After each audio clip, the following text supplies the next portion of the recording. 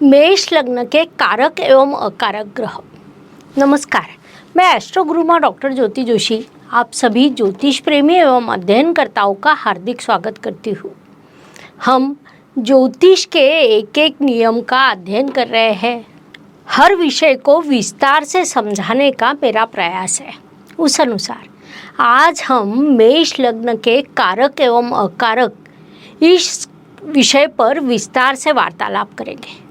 यह सब जानकारी शास्त्रीय होने के कारण सुनने पर यदि आपको न समझ में आए तो उसे पुनश्च सुने ताकि आपका अध्ययन परिपूर्ण हो। विषय को लेकर यदि आपको कोई प्रश्न हो तो उन्हें कमेंट बॉक्स में अवश्य लिखें। मैं आपके सभी प्रश्नों के उत्तर देने का अवश्य प्रयास करूंगी। साथ ही यह जानकारी आपको पसंद आए तो उसे शेयर करना ना भूलें ताकि ज्योतिष ज्ञान दूसरों तक भी पहुंच पाए। अब इस विषय की शुरुआत करते हैं।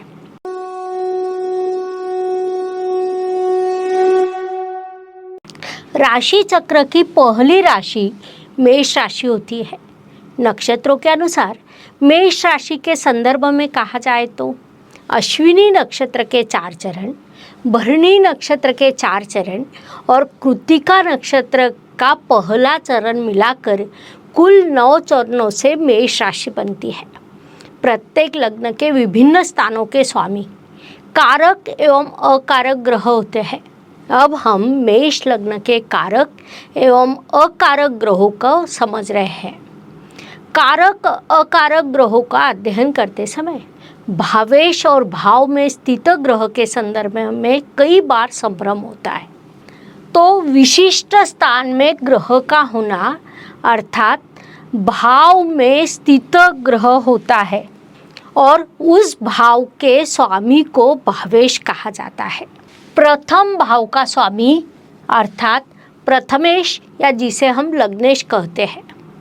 द्वितीय भाव का स्वामी अर्थात द्वितीयेश। तृतीय भाव का स्वामी अर्थात तृतीयेश। चतुर्थ भाव का स्वामी अर्थात चतुर्थेश। पंचम भाव का स्वामी अर्थात पंचमेश। षष्ठम भाव का स्वामी अर्थात षष्ठेश। सप्तम भाव का स्वामी अर्थात सप्तमेश। अष्टम भाव का स्वामी अर्थात अष्टमेश। नवम भाव का स्वामी अर्थात नवमेश।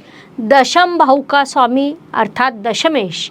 एकादश भाव का स्वामी अर्थात एकादशेश या जिसे लाभेश कहते हैं। द्वादश भाव का स्वामी द्वादशेश या व्ययेश होता है। कारक अकारक ग्रहों का अध्ययन करते समय भाव में स्थित ग्रह के बजाय भावेश पर विचार करना आवश्यक होता है। मेष लग्न की कुंडली में रवि ग्रह पंचम स्थान का स्वामी है। नियमों के अनुसार त्रिकोण के स्वामी हमेशा शुभ फलों की प्राप्ति होती है। परिणाम स्वरूप रवि से सभी जातकों को शुभ फल प्राप्त होते हैं। रवि ग्रह अपनी महादशा अंतर्दशा में मेष जातकों को शिक्षा में उज्जवल सफलता प्रदान करता है। जातक को धनवान, अत्यंत बुद्धिमान बनाता है एवं संतति प्रदान करता है। संक्षेप में मेष लग्न की कुंडली में रवि जातक को अत्यंत शुभ फल प्रदान करके उसके जीवन को समृद्ध करता है। मेष लग्न के कुंडली में मंगल ग्रह लग्नेश एवं अष्टमेश होता है। कुंडली का लग्न स्थान हमेशा शुभ होता है। इस शुभ स्थान का स्वामी मंगल यह ग्रह भले ही नैसर्गिक पाप ग्रह हो लेकिन उससे जातक को शुभ फलों की प्राप्ति होती है। लग्नेश होने के कारण मंगल को अष्टमेश होने का दोष लगता नहीं। संक्षेप में कहे तो मेष लग्न के लिए मंगल ग्रह अत्यंत मंगलकारी होता है। वह अपनी महादशा अंतर्दशा में जातक को अचल संपत्ति, भूमि, स्वास्थ्य, व्यापार एवं नौकरी में समृद्धि प्रदान करता है। Please like, share and subscribe the channel और हाँ, बेल आइकॉन दबाना ना भूलें। धन्यवाद।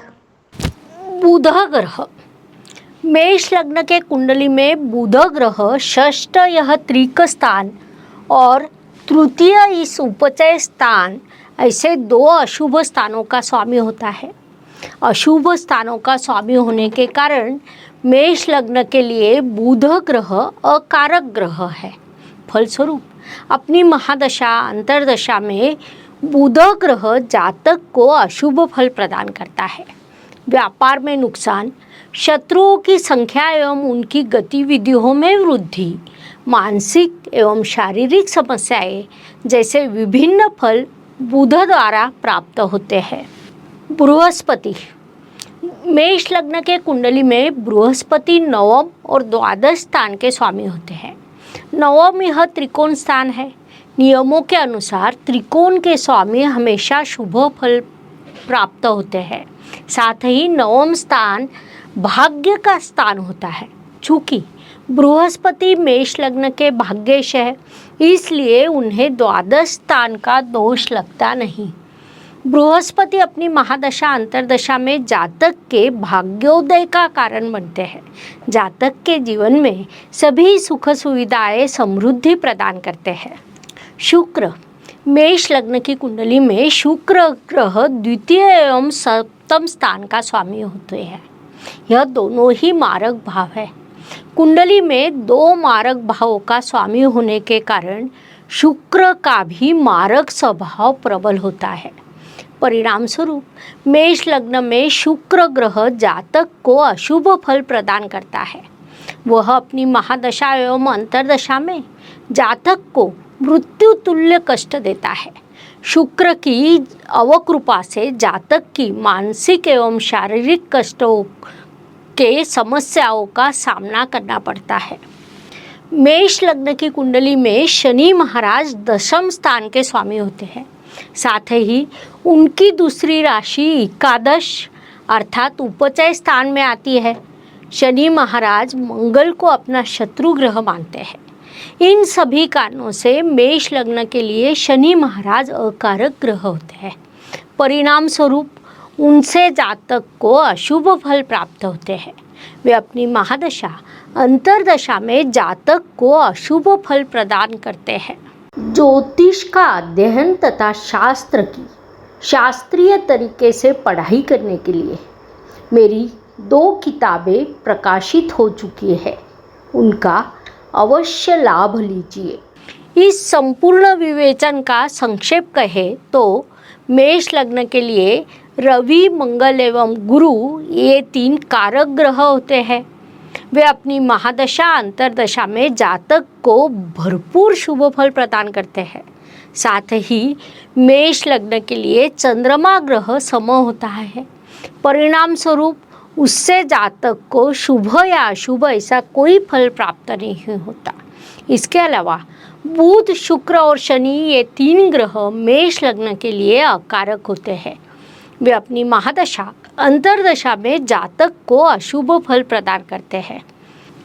इन कारक अकारक ग्रहों का परिणाम जातक के संपूर्ण जीवन पर होता है। कारक ग्रहों की महादशा अंतर्दशा यदि सही समय पर प्राप्त हो तो जातक का जीवन समृद्ध होता है। ज्योतिष के अनुसार मेष लग्न के जातकों का प्रारंभिक जीवन अत्यंत कठिन एवं संघर्षों से भरा होता है। मेष जातक संघर्षशील स्वभाव के होने के कारण अपने पैरों पर खड़े होते हैं। उसी बल पर वे सही सम्मान भी प्राप्त करते हैं। मेष जातकों का मुख्य दुर्गुण यह है कि वे अपने क्रोध एवं चंचल स्वभाव पर नियंत्रण नहीं रख पाते। उनका वे प्रदर्शन करते हैं या अप्रत्याशित रूप से उनके द्वारा प्रस्तुत किया जाता है। ऐसे जातकों को अपने दुर्गुणों पर थोड़ा ध्यान देना चाहिए। कभी कभी वे अपने उदार स्वभाव भी दिखाते हैं। मन से दूसरों की मदद करते हैं। स्वाभिमान तो उनमें अति उच्च स्तर का होता है। परिणाम स्वरूप वे जहाँ भी जाते हैं वहाँ सम्मान की आशा करते हैं। धार्मिक विचारों के मामले में उनमें भिन्नता दिखाई देती है। सामान्य रूप से मेष लग्न के जातक शक्ति बल के उपासक होते हैं। परिश्रम एवं पराक्रम इन 2 चीज़ों पर उनकी प्रचंड श्रद्धा एवं विश्वास होता है। इसलिए वे दिए गए शब्द के प्रति ईमानदार और वचनों के प्रति कट्टर होते हैं। स्वयं किसी विवाद में न पड़ना यह उनका मूल स्वभाव होता है, लेकिन कोई चीज़ या किसी का व्यवहार उन्हें पसंद ना आया हो तो वे उसका उत्तर देने में हिचकिचाते नहीं हैं। मेष जातकों का जीवन सामान्य रूप से सुखमय होता है। इस विषय को समझने के लिए इतनी जानकारी पर्याप्त है।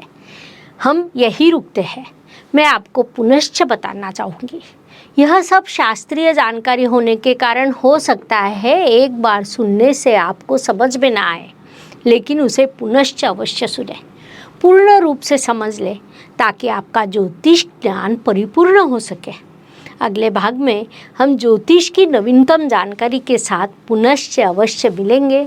धन्यवाद। शुभम भवतु। जय ज्योतिष। Please like, share and subscribe the channel. और हाँ, बेल आइकॉन दबाना ना भूलें। धन्यवाद।